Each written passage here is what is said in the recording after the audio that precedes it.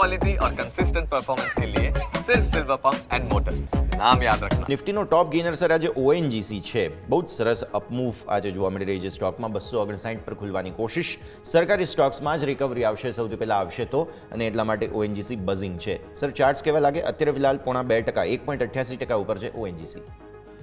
Yes, ઓએનજીસીમાં છેલ્લા એક દિવસથી બાઇંગ થઈ રહ્યું હતું. ગઈકાલે થોડુંક પ્રેશરમાં હતો આ સ્ટોક. આજે પાછો આપણને ઉપર દેખાડી રહ્યો છે. એક રેઝિસ્ટન્સ છે, કન્ડિશન ટ્રેડ છે. 270-75 નો જે ઝોન છે બહુ જ સ્ટ્રોંગ ઝોન છે. ત્યાંથી 2 થી 3 વાર ત્યાં આવીને ફરેલો છે અને એ જેની 200 દિવસની એવરેજ છે એ પાર નથી થઈ. જો એ 270-75 નો જે ઝોન છે એ જો કાઢી જાય છે સ્ટોક, મને એમ લાગે છે કે એક સારો ફ્રેશ રનઅપ આપણને જોવા મળી શકશે. બટ આઈ થિંક આજે જે હિસાબથી ઉપર છે લેવલ 270-75 નો લેવલ વોચ આઉટ કરવો જોઈએ ઉપર.